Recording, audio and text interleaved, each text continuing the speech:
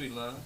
Hoje vamos falar sobre aleitamento, aleitamento, amamentação. Como é que chama esse tema aqui de hoje? A gente vai falar um pouco sobre a importância do aleitamento materno Aham. dentro da temática do Agosto Dourado, né? Que é o mês que a gente Ah, esse mês de agosto então é é dedicado. destinado a falar, principalmente essa primeira semana, né? Que a gente está na Semana Mundial de Amamentação, Sei. onde em todo o país, em todo o mundo, existe uma discussão, né, internacional para promover e incentivar o aleitamento materno. Uhum. Então, na primeira semana de agosto, todas as organizações mundiais elas se reúnem para fazer atividades para promover o aleitamento materno. E a gente também, né, tem um time muito grande aqui no país que está trabalhando sobre essa temática também. Agora, a gente, é covardia você falar de aleitamento materno num ambiente desse. Meu Deus do céu. É covardia. É de invejar quem estiver assistindo. Oh, meu Deus. A gente está É, onde aqui hoje? a gente está em São Sebastião do Passé, no sítio da minha família, né? Onde a gente veio passar a pandemia e aí acabamos ficando aqui por Que um tempo. continue. Não que a pandemia continue, né? A gente Mas quer que a continue pandemia aqui. acabe, mas por enquanto a gente continua aqui. E E como é que surgiu, Suilan? Você é enfermeira sou formada. enfermeira. Isso. Há quanto tempo você trabalha? No total, eu tenho. Deixa eu ver se eu consigo memorizar. Eu sou técnica de enfermagem há mais ou menos 18 ou 20 anos, sei lá, não me lembro, 2006 pra Sim. cá. Vamos lá. Eu não vou contar aqui não, senão eu vou 16. perder muito tempo. E eu me formei em 2011 como enfermeira. Desde que eu era técnica, eu já trabalhava com amamentação, já trabalhava com obstetrícia, sempre fui encantada com esse universo. É como dizia Padre Brito, você já tinha uma Já vocação. tinha essa vocação. Aí eu me lembro que quando eu trabalhava aqui no hospital, tinha alguns colegas que me chamavam de Nazaré, Nazaré Tedesco, porque eu passava os meus SNs quase todos com os bebês, quando as mães estavam cansadas, chorando, não estavam conseguindo amamentar. Eu pegava, ficava com as crianças no SN enquanto estava no meu horário, né? Que eu estava no horário de trabalho, porque a gente descansava, né? Tinha um intervalo que tem um horário de descanso, né? Eu ficava com os bebês ginando, conversando, orientando as mães. Então eu sempre gostei. Aí em 2011 eu me formei como enfermeira, fiz a pós em obstetrícia, né? Na época da gestão até de Janssen. Eu me lembro que eu comecei a trabalhar como enfermeira na gestão dele. E aí eu comecei a fazer a pós em obstetrícia. Fui uma das primeiras do município, inclusive, a fazer obstetrícia. E aí eu pude atuar diretamente assistindo o parto com autonomia, sem precisar de médico, para fazer aquela assistência. E aí eu me descobri totalmente e percebi que realmente eu não tinha outra coisa para fazer no mundo senão aquilo. E aí eu comecei a fazer obstetrícia, comecei a trabalhar, sempre voltada muito para a amamentação. E quando eu tive minhas duas filhas, eu já sabia, né, de muitas coisas da amamentação. Porém, eu não tinha o conhecimento que eu tenho hoje. E durante a pandemia, eu comecei a fazer um curso de consultoria em amamentação. Porque eu tive uma experiência pessoal com uma pessoa conhecida da família que teve uma experiência muito negativa com a amamentação. E eu não soube como ajudar. E aquilo me frustrou muito. Porque eu me cobrava como enfermeira obstetra, que achava que sabia muito de amamentação e não conseguia ajudar. Como é que eu poderia dizer assim, ações não, mas é uma das experiências que o vocacionado precisa passar, né? Quando ele vê que aquilo ali é o seu caminho, ele não sabe como ajudar, ele vai buscar Aperfeiçoamento. a professora. Exatamente, e foi o que eu fiz. Aí eu procurei fazer o curso de consultoria em amamentação, né? Fiz vários cursos e fiz o curso específico de consultora, né? Que hoje é uma profissão que está em ascensão. Muita gente não sabe o papel da consultora, não entende, acha que é frescura ou que é mais uma profissão que inventaram para tirar dinheiro das pacientes. E na realidade seria muito interessante que o Brasil e o mundo fosse povoado de consultoras de amamentação, porque faz uma diferença muito grande. Não que eu esteja puxando a sardinha para o meu lado, mas a gente estuda tudo sobre amamentação e coisas que a gente não vê na graduação, coisas que a gente não vê na prática, se você não trabalhar especificamente com a amamentação. Eu sempre digo que a academia, ela dá os atalhos para você chegar onde você quer. Exatamente. Mas quem aperfeiçoa é a sua vivência, a sua experiência. Isso. Eu quero falar agora de aleitamento materno. O que eu tenho na minha mente aqui como repórter, a gente não sabe de tudo, mas de um pouquinho de cada coisa. Eu fui amamentado por Dona Neuza de Jaime Menezes. Meu irmão Periquito foi amamentado por tia Dedé Pena. Sei.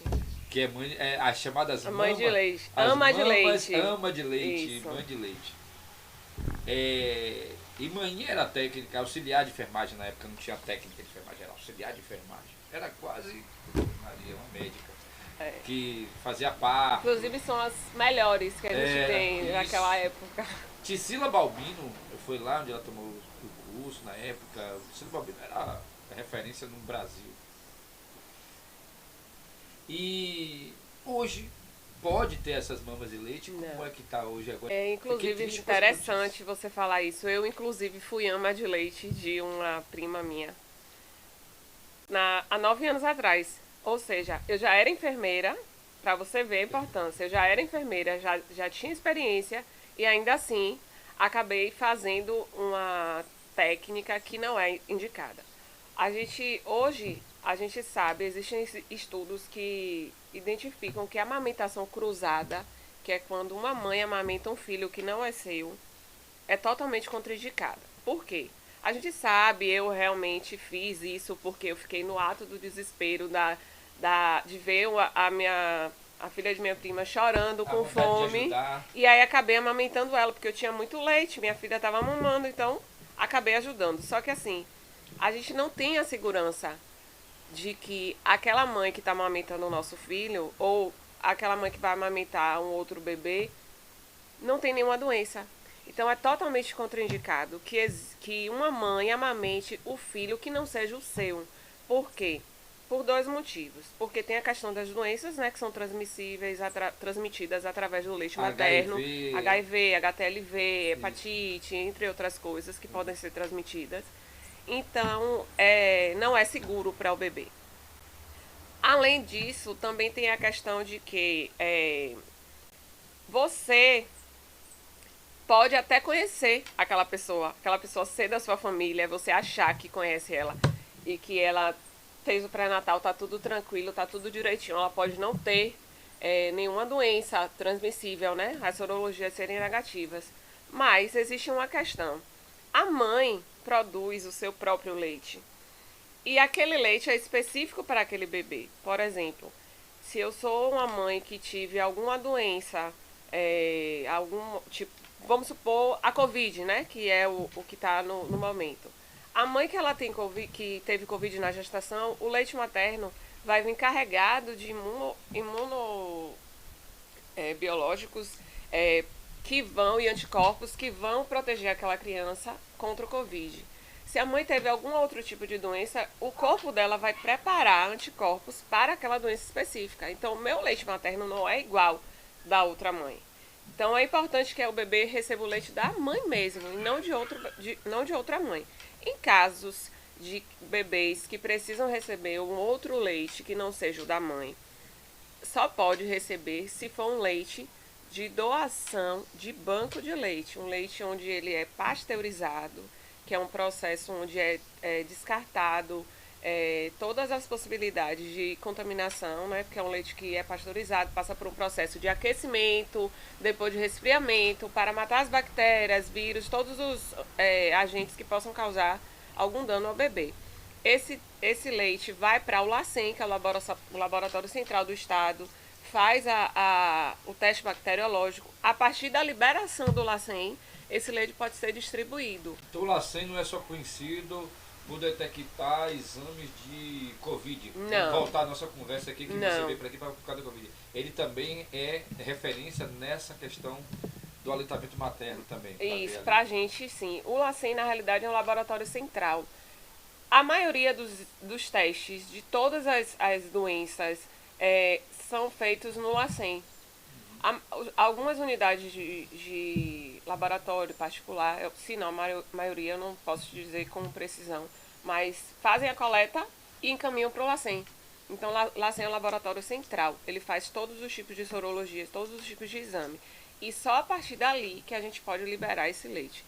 E esse leite não é assim, tipo, eu não tenho leite, eu vou no banco de leite lá pegar um leite pro meu filho. Não é dessa forma que funciona. O banco de leite, ele funciona para atender as demandas dos pacientes que estão internados naquela unidade, que são as crianças prematuras extremas, que suas mães, por algum motivo, não possam amamentar, bebês que tenham alguma patologia, que a mãe também tem alguma patologia e não tenha leite. Então, esse tipo de procedimento é feito para uso interno hospitalar. Seria ótimo se a gente tivesse estoque o suficiente. Inclusive, eu aproveito para convocar as mulheres que podem ser doadoras para se dirigirem ao banco de leite mais próximo. No nosso caso aqui, São Salvador mesmo, que é o mais próximo, para estar fazendo a doação, porque salva muitas vidas, Sérgio. Ela fala com uma certa frustração, você sobre a questão do banco de leite, porque o ano passado, foi o ano passado ou foi esse ano? Foi... O ano passado não foi esse ano? Foi esse ano. Foi esse ano, foi porque passou tão rápido, e eu disse assim, vamos falar sobre isso. Aí ele disse, olha, vamos deixar para agosto, que vai ter o mês do aleitamento materno, o Agosto Dourado. E foi tão rápido que eu fiquei sempre fuçando lá a rede social dela, e ela inquieta, sempre trazendo algumas coisas, e eu inquieto por não saber mais sobre esse assunto. Eu disse a ela que há uns anos atrás, eu ainda estava na Rádio Independente, né? Sua avó sempre ia lá também ver a Dona Lídia. Minha tia Lídia. Nunca esqueço dela. Ela ia lá visitar a Dona Lídia. E teve um grupo de pessoas que queria fazer um banco de leite em São Sebastião do Passé. Meu sonho. Mas foi, eu sei, e ela voltou a esse sonho. Mas foi tanta impossibilidade, muita burocracia, né? Muita burocracia. A questão do armazenamento, a questão da refrigeração, do ambiente, quem manteria a prefeitura, algum grupo particular e tal, e precisamos amadurecer esse assunto. Vamos falar um pouco sobre isso aqui. Hoje eu trabalho no banco de leite do Iperba. Então, meu filho nasceu lá, há 16 anos, fazendo 17 eu trabalho lá no Iperba. Eu vou fazer 1 ano que eu estou trabalhando lá. E assim, tem sido uma experiência incrível. Eu tenho aprendido muito mesmo. Cada dia eu vejo coisas novas sobre aleitamento materno. E trabalhar no banco de leite é uma sensação muito boa, né? Porque a gente tem resolutividade, é aquela sensação de você trabalhar e ver o seu trabalho fazer efeito, sabe? Você atender uma mãe, você vê uma mãe que chegou com uma dificuldade, né, para amamentar e você conseguiu ajudar aquela mãe. É gratificante, mas ao mesmo tempo é doloroso a gente abrir a geladeira, os freezers, né, e ver o estoque tão pequeno de leite. É doloroso a gente às vezes ver que a gente poderia fornecer uma quantidade maior de leite para a população e que muitas vezes por falta de conhecimento, né, algumas mulheres não sabem que pode doar, acabam não doando. E a frustração maior é saber, por exemplo, aqui dentro de São Sebastião eu tenho inúmeras conhecidas e pacientes que têm um interesse. Na época mesmo da campanha de doação de leite materno. Porque tem o dia da campanha e o dia do aleitamento materno. Isso. E aí eu fiquei naquela ânsia, né? De conseguir, me predispus a pegar, fazer a coleta dessas pacientes, trazer os kits para aqui, no domicílio, fazer a coleta, botar na caixinha térmica, levar para o Iperba, naquela coisa, né? E até conversei com a diretora, ela disse que era uma ideia boa e tal. A gente ficou alinhando isso, mas acabou que não deu certo, porque, como você falou, eu precisaria de um suporte muito grande. Não adiantaria eu fazer sozinha. E eu já tinha despertado esse interesse na questão de um posto de coleta, porque assim, a gente pode ser um posto de coleta no município. Sim. A gente não necessariamente precisa ter um banco de leite. Mas para isso a gente precisa ter uma parceria com o Estado, ter a parceria com um banco de leite. Por exemplo, a Ticila não tem banco de leite, ou não tem um banco de leite próprio. Ele tem um posto de coleta onde as mulheres que parem lá, fazem a ordenha, retiram leite, armazenam, fica armazenado e 2 vezes na semana, uma vez na semana, elas levam para o Hiperba e a gente faz o processo de pasteurização, sendo que se elas levaram 10 frascos, vamos supor, 5 ficar com elas e 5 ficar com a gente. É tipo assim, uma troca, né? Uma moeda, um mecanismo de troca. Elas ajudam a gente e a gente ajuda elas. Então, o que eu tinha pensado inicialmente era isso. Uma parceria, né, do município com um banco de leite do estado, não necessariamente do Hiperba, mas de outra maternidade, onde pudesse ser armazenado esse leite dessas mães que têm interesse, que têm o perfil para ser doadora, e metade ou uma parte desse estoque voltaria para o município, para atender as demandas das pacientes do município. A gente não tem uma maternidade, a gente não tem uma quantidade de partos assim grande, né? A gente tem um volume relativamente médio, não posso dizer pequeno, né? Porque às vezes tem muito parto. E assim, hoje eu não estou dentro da realidade do hospital, né? Não estou trabalhando aqui mais no município, então não sei exatamente como é que anda essa situação. Mas a gente sabe que volta e meia tem um recém-nascido que precisa ser amamentado e não consegue. E aí entra naquela questão de acabar entrando na fórmula. E a mãe acaba desmamando por conta de várias coisas que eu vou falar aqui. E assim, eu queria muito, muito, muito mesmo que alguém, algum dia, do Estado, a parceria do Estado, ou até a iniciativa da própria gestão da prefeitura, que pudesse repensar nessa questão de como a gente poderia fortalecer o aleitamento dentro do município, ou com a criação de um posto de coleta, ou com a parceria com algum município vizinho, enfim. A gente pode articular ideias que a gente consiga chegar pelo menos mais próximo dos 100%, né? Porque 100% talvez a gente não consiga, mas eu acho que o meio caminho já é alguma coisa. Qual é essa problemática que você já fala? Eu acho que é a questão de iniciativa mesmo do Estado, porque existe uma série de protocolos para você instalar um banco. Não é assim, hoje eu quero instalar um banco de leite e vou lá no gabinete do governador e vou conversar com ele e vou dizer, Rui Costa, eu quero botar um banco de leite em São Sebastião. Não é assim que funciona. Tem toda uma técnica, tem toda uma burocracia de estrutura física, de logística, de liberação.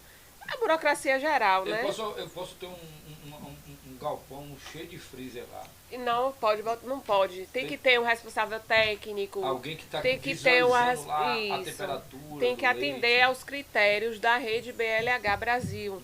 Entendeu? Então não é só simplesmente você chegar. Para você ter ideia, tem um município, se eu não me engano, é Juazeiro, se eu não me recordo.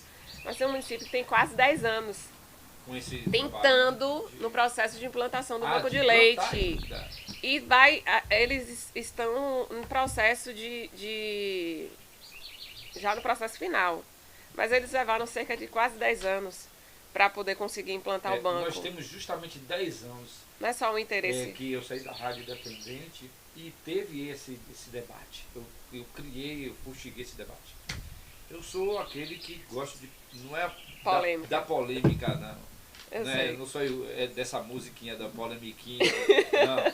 Eu sou o cara que quero que o debate chegue a todos. Para que a família, o pai, a mãe, os filhos se reúnam para ouvir Newton César e o programa que estiveram apresentando, dedicado, e eles começarem a conversar de forma sadia sobre o assunto, não é? E acontecer que outros vocacionados, né, lá no futuro, possam seguir o que você hoje quer, o que eu quero hoje, tratando de forma ordeira e pacífica de qualquer assunto. Eu queria saber, oferta e procura, né? Didaticamente, vamos fazer uma didática nessa entrevista nossa aqui. A gente ainda viu isso que eu mesmo passando.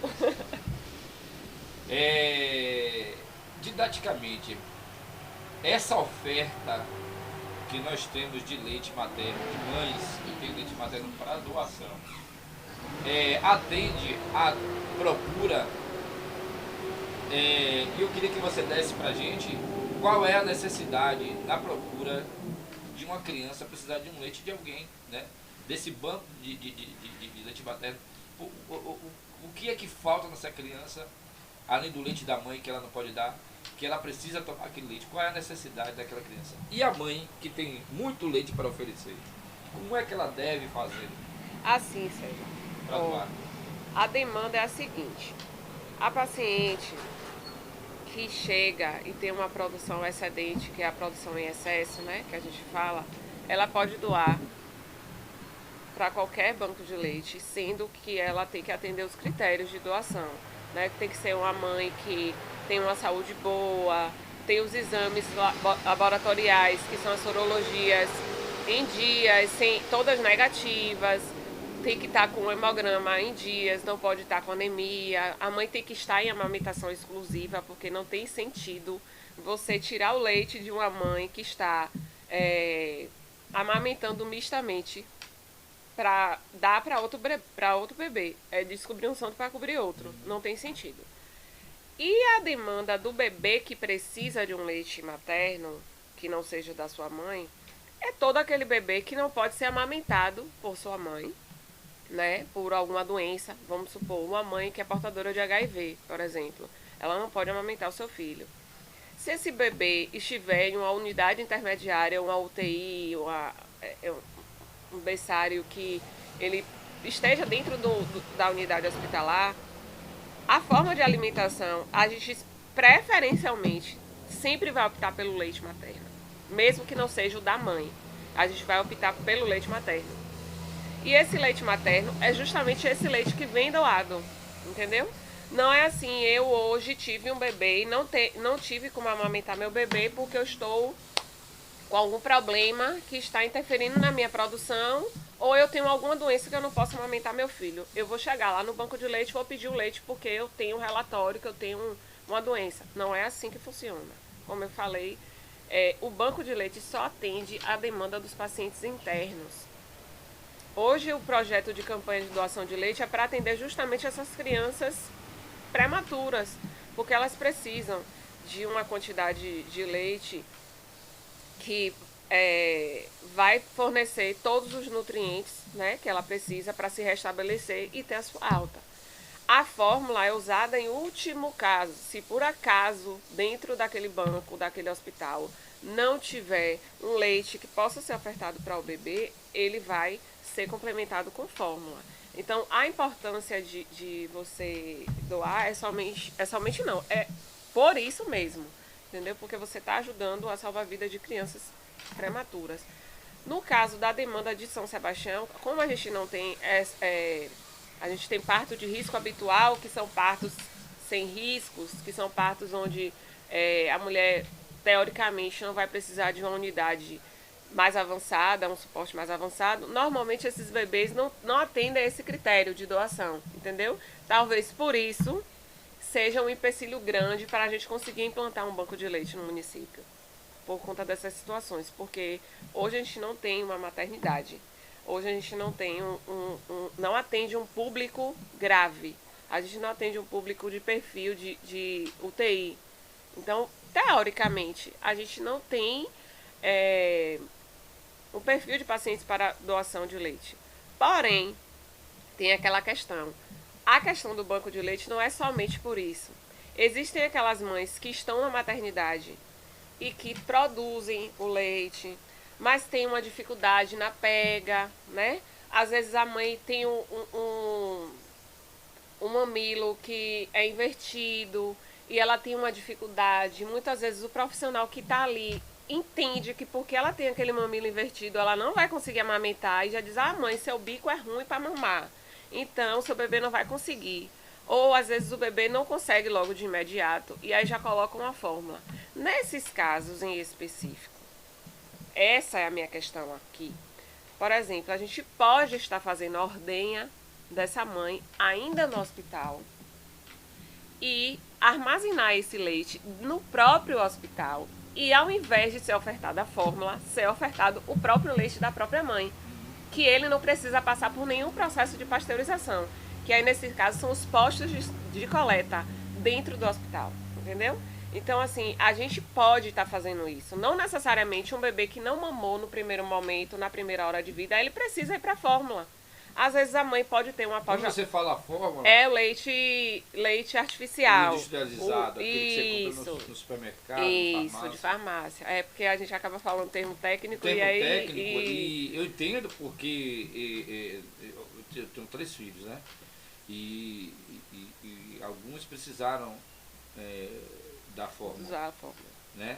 Quando precisa da fórmula? Assim, ó. Toda mulher. Não fique Calma. no sisinho, fala mesmo. Toda mulher é capaz de produzir leite materno. Sim, a questão da fórmula é a seguinte, do leite industrializado. Normalmente, toda mulher é capaz de produzir leite para o seu bebê. O que acontece? Muitas vezes, as pessoas, por falta de conhecimento, não entendem o processo e não respeitam o processo fisiológico da mulher. E aí acabam introduzindo a fórmula precocemente. Tem muitas situações que a gente pode precisar de complemento, que é o leite artificial. Por exemplo, normalmente uma mulher, ela começa a sua pojadura, que é a descida do leite, com 3 dias, pode ser que demore até 5 dias para esse leite descer. Então, nesse processo de espera de 3 a 5 dias, as mulheres acabam ficando muito angustiadas, porque a pessoa que está com ela, acompanhante, companheiro, familiares, avós, que as avós têm um papel importantíssimo nessa questão aí, né? Daquela questão de que, porque não dá logo mingau esse menino tá com fome, eu criei 10 assim, não morreu, você tá com frescura de negócio de amamentação, que no meu tempo não tinha isso, enfim. Muitas vezes as mulheres não sabem que aquele colostrozinho, que aquele leite amarelinho, cor de ouro, né? Que sai aquelas gotinhas nos primeiros dias. Por isso que é agosto dourado. Que é agosto dourado. Que aquele leite é rico em nutrientes e aquele leite é o suficiente para o bebê. Porque o bebê, quando ele nasce, o estômago dele é do tamanho de uma cerejinha. Então, o estômago de um bebê, quando nasce, já enche com aquele só colostro. comporta no máximo até 7 ml de leite. E o nosso organismo é muito sábio, porque Deus é maravilhoso, né? Ele faz tudo perfeito. Com certeza. Então, conforme o bebê vai crescendo, ele vai aumentando o tamanho do seu estômago e, consequentemente, vai demandando uma quantidade maior de leite. Só que para essa mulher aumentar a sua produção, ela precisa estimular. Ela precisa botar o bebê no peito. Então, se você não coloca o bebê no peito assim que o bebê nasce, que a gente chama da hora ouro, né? Que é na primeira hora de vida, que o bebê tem todos o contato com a mãe ali, naquele contato pele a pele, onde tem a troca de olhares, onde tem a troca da microbiota do bebê, que é onde a mãe e o bebê trocam as bactérias, né? Onde aquele bebê está sendo colonizado, recebendo as bactérias da mãe, para se fortalecer e ter uma carga imunológica ao longo da sua vida. É muito importante, não é somente pela questão do afeto, do carinho. Aquelas bactérias da mãe vai fazer com que o intestino do bebê, o estômago do bebê, seja colonizado. E esse bebê tenha proteção de doenças gastrointestinais ao longo da vida adulta. Entendeu? Então existe são bactérias benéficas. Exatamente. Então tem toda uma questão. E que vai acompanhar a gente a vida inteira. Até para proteger a gente de alguns alimentos nocivos. Exatamente. Então tem toda uma importância. Não é só, porque vocês levantam a bandeira da amamentação. Não é por isso. É porque existe um embasamento científico para tudo isso. Então, nesse primeiro momento, é importante que a mulher tenha esse contato com o bebê logo e que o bebê sugue na primeira hora. Lógico que tem casos que a mulher não vai conseguir, porque o bebê vai precisar ir para uma UTI ou fazer algum procedimento. A gente está falando de partos onde as mulheres têm a possibilidade de ter o seu bebê ali de imediato, porque o bebê nasceu bem. A gente está falando desses casos, tá? Então, assim, nesse primeiro momento, é importante que a mulher fique com o seu bebê e que seu bebê sugue. O bebê vai botar a boca no peito, vai abocanhar e vai sugar. Ele vai sugar e à medida que ele vai sugando, o leite vai vindo. Por quê? Eu costumo dizer sempre às pacientes, peito não é estoque, peito é fábrica. O leite é produzido aqui, não é aqui. Então, não vai. Sabe aquela história de você abrir a torneira para a água cair? A boca do bebê vai ser a torneirinha. Ele vai abrir a torneira para o leite descer.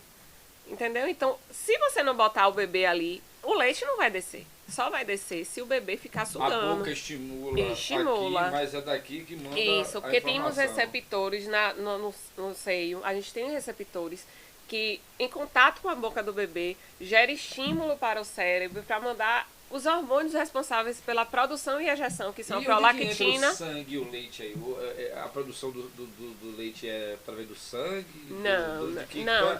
qual é a enzima, a substância, O a leite química é do corpo? O leite é rico em várias coisas, em O nutrientes, leite materno. em proteínas, em água, imunoglobulinas, que são essas substâncias que eu falei que vai gerar imunidade ao bebê. Sim, mas onde é o gerador? Além da mente, a mente gera, o leite se transforma em leite dentro do corpo da mãe? É assim, ó.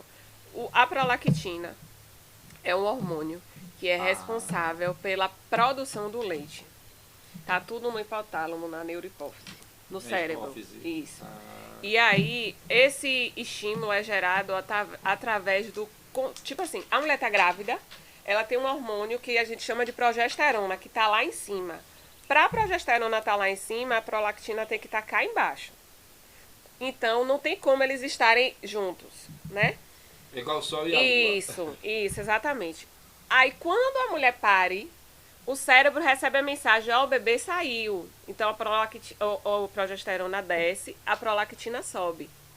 Por isso que a gente diz que a mulher que tem um parto normal, normalmente ela tem mais facilidade de amamentar, menos dificuldade para amamentar, porque o organismo dela já entende. E uma cesárea programada, a gente interrompeu o processo natural. Então o cérebro vai demorar para entender, a gente vai ter que estar gerando estímulo para enganar ele. É basicamente isso. Então quando a prolactina é estimulada através do contato do bebê, ela produz. Aí as glândulas mamárias, que a gente tem glândulas, que fazem a... Atenção, precisamos terminar essa entrevista. Precisamos de sua participação. Com perguntas e opiniões, pode ser. Então, deixe aqui embaixo a sua mensagem. Obrigado.